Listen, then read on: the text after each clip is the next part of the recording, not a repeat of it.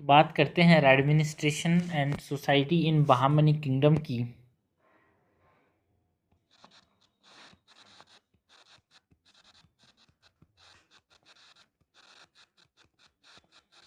Administration and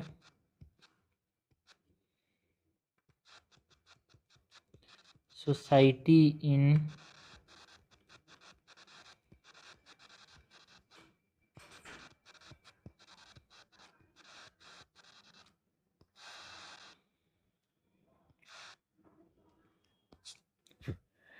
सबसे पहले तो यहाँ पे हम अगर एडमिनिस्ट्रेशन की बात करें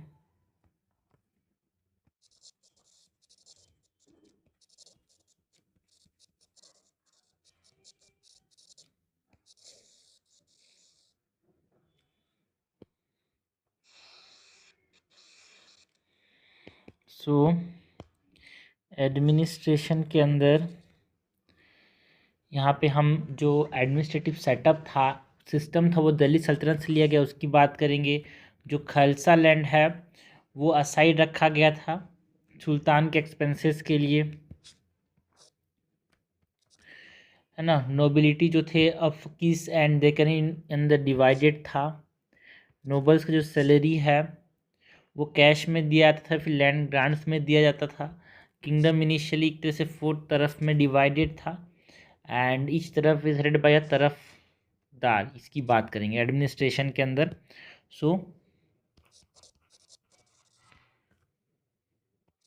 Khalsa land was set aside in each provinces for Sultan expenses, जिसका जो रिवेन्यू है सुल्तान के खर्चे पे जाएगा। एंड जो नोबिलिटी है इसको डिवाइड किया गया था इनटू अफकीस, जो कि फॉरेनर्स थे।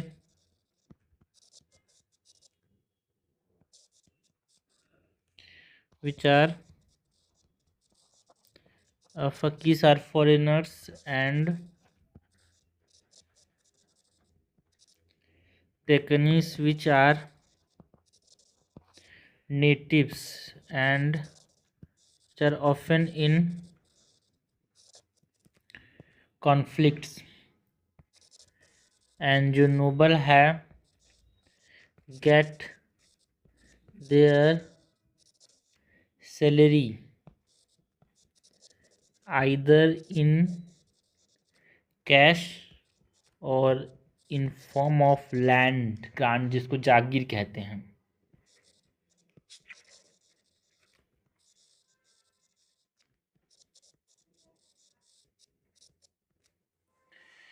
एंड यहाँ पे जो किंगडम है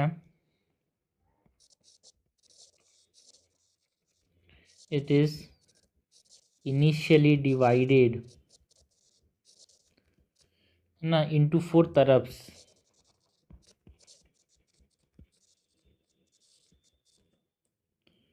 लेटर वो एक्सपांड कर दिया गया इंटू 8 अंदर दी मोहम्मद गवान के अंदर 8 तरफ में डिवाइड कर दिया गया।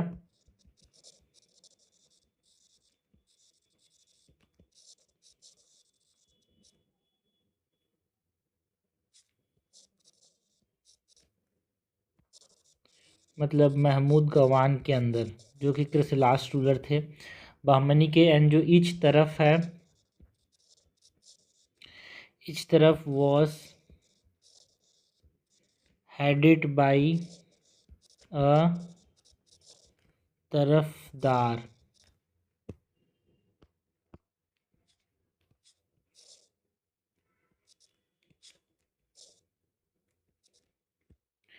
एंड एडमिनिस्ट्रेशन जो एडमिनिस्ट्रेटिव सेटअप था भाई वो कहाँ से लिया गया था? It is adapted from the Delhi सल्तनत। adopted the administrative system of the Delhi सल्तनत।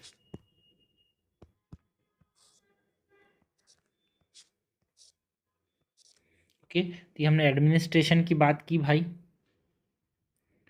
जो एडमिनिस्ट्रेटिव सेटअप था वो दिल्ली सल्तनत से लिया गया था। खालसा लैंड जो था वो सुल्तान के लिए रखा गया था। अफकीस में एंड दिकनीस में यहाँ पे नोबिलिटीज़ जो था वो डिवाइडेड था।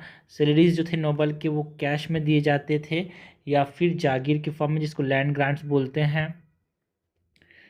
ठीक है, जो शुरुआत में किंगडम जो था 4 तरफ में डिवाइडेड था, बट 8 हो गया था under Mohammad Mahmud Gawan and each तरफ इज हेडेड बाय तरफदार।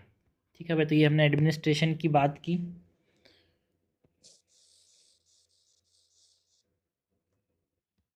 सो ये हमने बात की अबाउट द एडमिनिस्ट्रेशन यार। ना एडमिनिस्ट्रेशन के बाद नेक्स्ट हम बात करते हैं about the military in the Bahmani kingdom.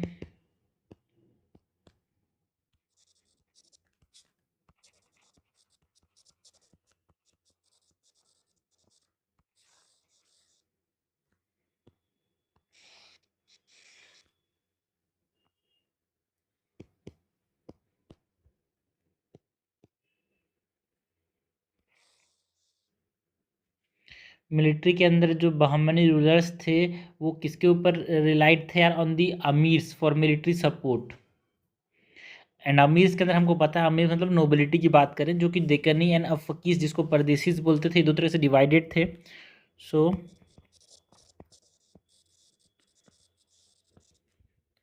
The Bahmani rulers relied on armies for military support and अमीर उल उमरा जो था वो कमांडर इन चीफ था ऑफ द आर्मी यार।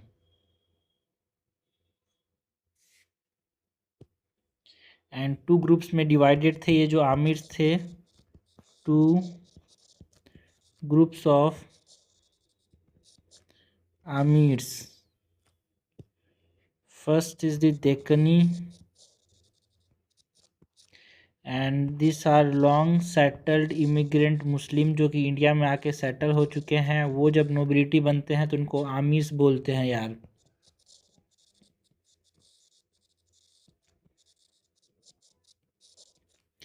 एंड डेक्कनीज के बाद अफाक्विस या फिर परदेसीज,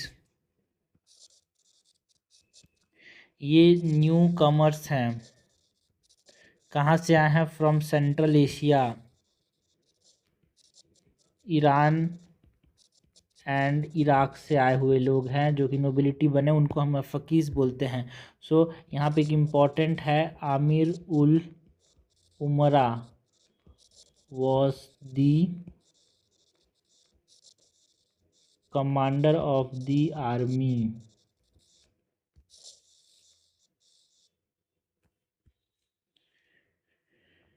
एंड जो मिलिट्री की बात करें तो यहाँ पे they are familiar with gunpowder यार। ठीक है, इनको बारूद के बारे में पता था, जिसकी वजह से मिलिट्री कैपेबिलिटीज़ इनकी इन्हांस हुई थी। बिकॉज बाबर ने पहली बार जब आया था तो कैनन्स का इस्तेमाल किया था, बट इनको यहाँ पे बारूद के बारे में पता था।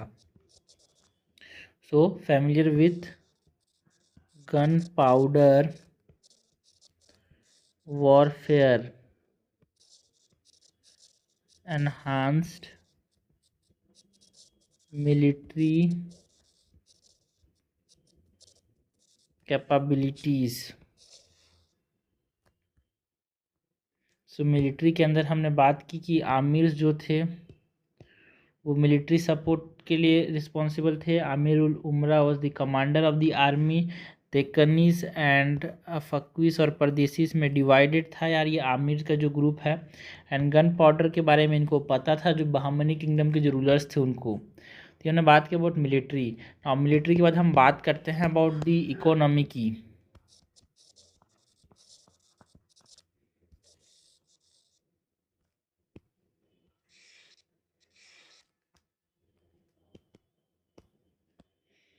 सो इकोनॉमी की बात करें तो महमूद गवान जो थे वो एक तरह से उन्होंने जो लैंड रिफॉर्म्स लाए थे उसकी वजह से जो स्टेट रिवेन्यू था उसको बूस्ट मिला था।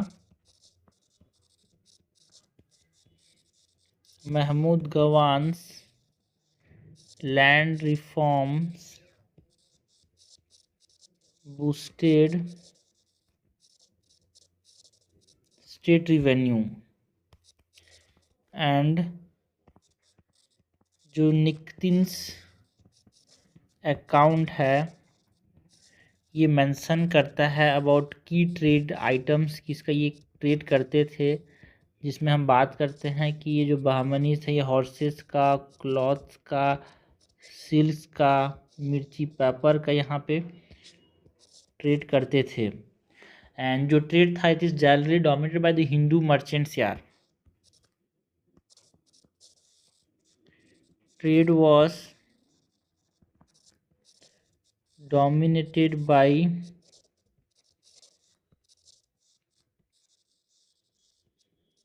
हिंदू मर्चेंट्स। एंड जो दाबुल है was a major commercial hub with Indian and African trade link. Dabul एक जगह है जो दोनों के बीच का एक तरह से कमर्शियल हब था।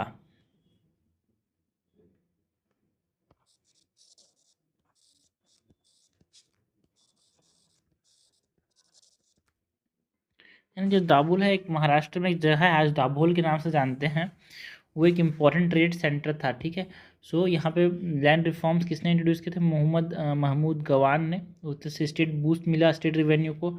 हॉर्सेस का ट्रेड करते थे, क्लॉथ, सिल्क, पेपर का ट्रेड करते थे यार।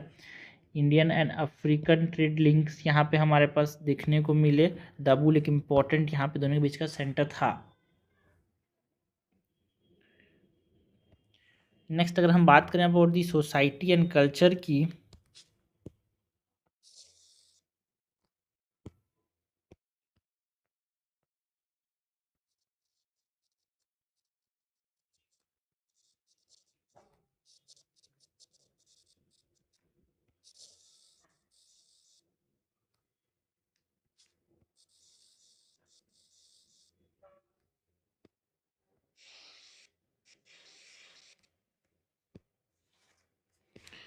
सोसाइटी एंड कल्चर के अंदर इससे पहले तो यहाँ पे कॉस्मोपॉलिटन सोसाइटी था, मतलब हिंदू, मुस्लिम, ईरानियंस, अब्बासियन सब रहते थे। सूफी जो थे वो यहाँ पे देखने को मिलते थे किंगडम्स के अंदर। शिया इन्फ्लुएंस जो था वो देखने को मिलता था भाई। जो अफकीस थे वो सियास थे एक प्रकार से। ओके, सम रूलर्स एक तरह से इनटॉलरेंट टुवर्ड हिंदू ट्रेडिशन यार। हिंदू मुस्लिम जो कल्चर था वो हारमोनी देखने को मिला during the Firoz Shah marriage to a Vijayanagara princess, तो इससे हमको देखने को मिला। ठीक है, मल्टीपल लैंग्वेज बोला जाता था भाई यहाँ पे। दक्कनी रिप्लेस्ड पर्शियन यार, court language. And Russian travellers जो निकितिन थे, इन्होंने एक तरह से स्टार्क जो noble wealthy nobles and poor commoners हैं उनके बीच में एक डिफरेंस यहाँ पे इन्होंने बताया कि अंतर था। सो सोसाइटी एंड कल्चर की अगर हम बात करें बहामनी किंगडम की, सो एक कॉस्मोपॉलिटियन सोसाइटी देखने को मिला with Hindus, Muslims, Iranians and Abbasians। जो सूफीज थे दे वेयर हाईली रिवर्ड, बहुत ज़्यादा ये चलते थे इन द किंगडम, बहुत ज़्यादा घूमते थे। तो भक्ति मूवमेंट का एक इम्पॉर्टेंट रोल था ड्यूरिंग द बहमनी किंगडम। तो भक्ति मूवमेंट की नेक्स्ट हम बात करेंगे यार। जो शिया इन्फ्लुएंस था, Shia influence due to the presence of Afaqis that is Irani nobles के वजह से यहाँ पे देखने को मिला, जिसको अफकीज जिसको ईरानी नोबल्स बोलते थे। सम रूलर्स वेयर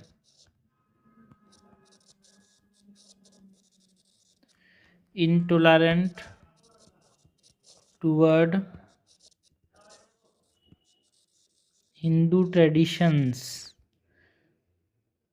एग्जाम्पल के तौर पे जो अली कुतुब शाही थे गोलकोंडा के, वो यहाँ पे हिंदू ट्रेडिशन के खिलाफ थे। कुतुब शाहीज ऑफ गोलकोंडा, हैदराबाद में गोलकोंडा फोर्ट फॉर्म बहुत फेमस है, इन्हीं गोलकोंडास का था ये, कुतुब शाहीज ने उसको बनाया था यार। एंड नेक्स्ट यहाँ पे अगर हम बात करें तो जो हिंदू मुस्लिम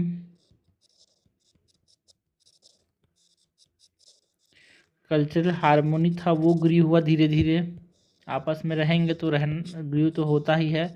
सो एग्जाम्पल के तौर पे जो फिरोज शाह थे, इन्होंने शादी की थी विजयनगर के प्रिंसेस के साथ। Firoz Shah marriage to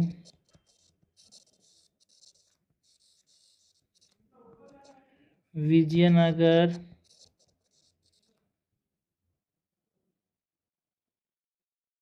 princess. बहुत सारे लैंग्वेज यहाँ पे बोला जाता था भाई, जो दक्कनी है जो कि एक तरह से उर्दू का एक प्रोटोटाइप है, मराठी कन्नड़ा तेलुगु ये सब यहाँ पे बोला जाता था यार ड्यूरिंग द बहमनी सल्तनत। मल्टीपल लैंग्वेज स्पोकन, जहाँ पे हम बात करते हैं अबाउट दक्कनी की, जो कि एक प्रोटो उर्दू लैंग्वेज है, मराठी बोला जाता था, कन्नड़ा बोला जाता था, तेलुगु बोला जाता था। एंड जो दक्कनी है it replaced Persian as the court language under Ibrahim Adil Shah. Ibrahim Adil Shah जब रूलर थे तो जो पर्शियन है उसको रिप्लेस कर दिया गया दक्कनी के साथ, दक्कनी लैंग्वेज इस्तेमाल किया जाने लगा कोर्ट लैंग्वेज के तौर पे। एंड जो एक रशियन ट्रैवलर यहाँ पे आए थे,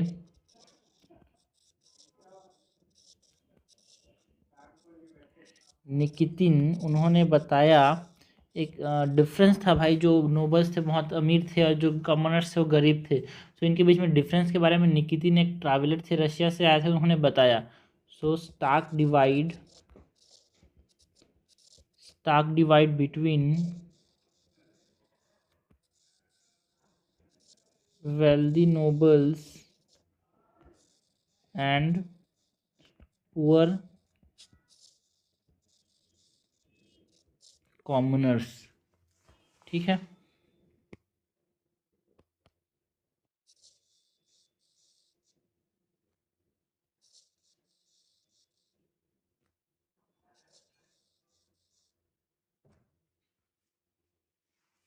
तो ये हमने बात की अबाउट सोसाइटी एंड कल्चर की ड्यूरिंग दी बहमनी किंगडम की यार। यहाँ पे एक इंसान का रखना निकितिन ने बताया था, स्टार्क डिवाइड था यहाँ पे। ठीक है। नेक्स्ट हम बात करते हैं सोसाइटी एंड कल्चर के बाद about the literature.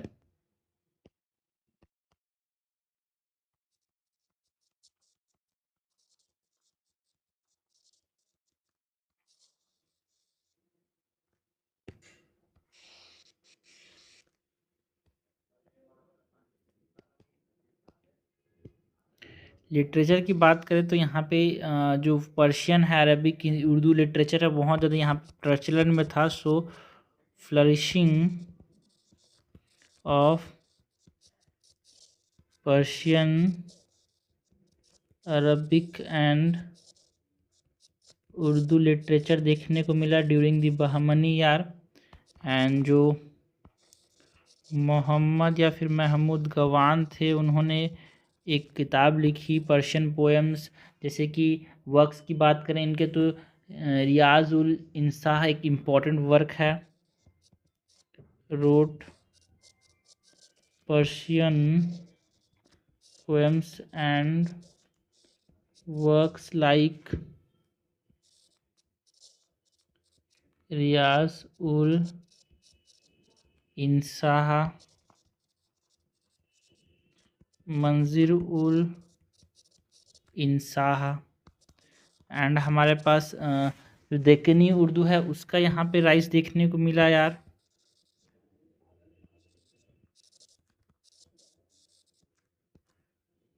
As a popular dialect, and जो सूफी सेंट थे लाइक ख्वाजा बड़े नवाज जेसूदराज, जिनको हम गुलबर्गा के जो थे, उन्होंने यहाँ पे दक्कनी उर्दू में बहुत सारे काम लिखे थे। रोट इन